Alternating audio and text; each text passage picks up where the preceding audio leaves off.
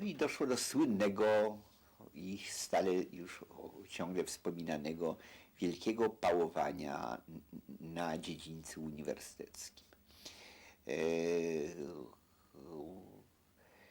Czy ORMO, czyli Ochotnicza Rezerwa Milicji Obywatelskiej, czyli tacy ochotnicy w zakładach, fabrykach, którzy należeli do takiej zorganizowanej właśnie rezerwy milicyjnej.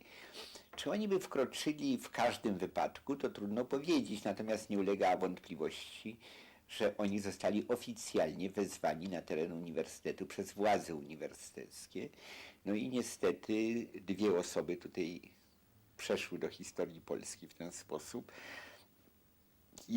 Jeden to jest matematyk profesor Turski, który był wówczas rektorem, który był człowiekiem dosyć biernym w tym wszystkim, ale niemniej jednak niczemu się nie próbował przeciwstawić i niewątpliwie ponosi jako rektor pełną odpowiedzialność. Drugim był człowiek niewątpliwie aktywniejszy i o ważniejszej pozycji politycznej, czyli profesor Rybicki, prorektor. No, i on był tutaj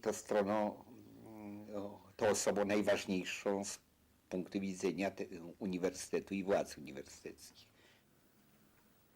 Właściwie nikt nie wiedział, co nastąpi dalej w związku z tym wielkim pałowaniem.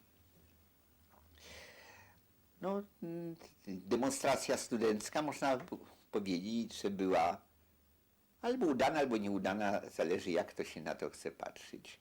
To znaczy o tyle udana, że przyszło dostatecznie dużo studentów, by demonstrację potraktować poważnie jako demonstrację. Jak na Wielki Uniwersytet Warszawski przyszło zdecydowanie za mało. I w związku z tym można było myśleć, że demonstracja rozproszona sprawę zakończy. No tymczasem stała się rzecz trochę nieoczekiwana.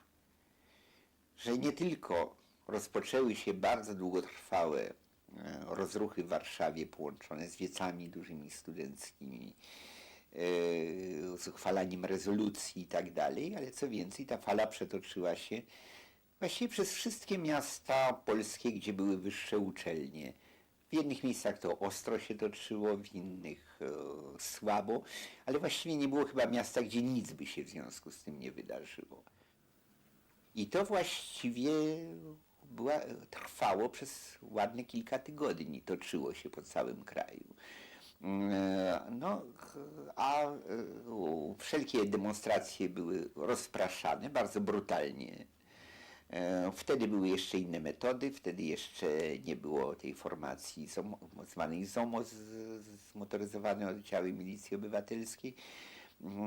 Nie było tych przypominających średniowiecznych rycerzy, tych hełmów i tych tarcz, prawda? Natomiast były ogromne chmary tych ludzi z ORMO.